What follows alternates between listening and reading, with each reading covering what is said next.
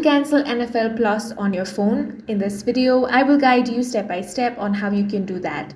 To cancel your NFL Plus subscription on your phone, you'll need to access your subscription management settings. So if you have subscribed from NFL itself, then open up any web browser and head over to NFL.com. Make sure to log into your account. Now tap on the three lines at the top right corner. Here, tap on your profile icon. Then you will have the option Manage Subscriptions. Tap on that. Now on Manage Your Subscriptions, you will find NFL Plus. All you want to do is tap on the Cancel option. Follow the on-screen prompts to confirm your cancellation. You should receive a confirmation message and be redirected to your account page.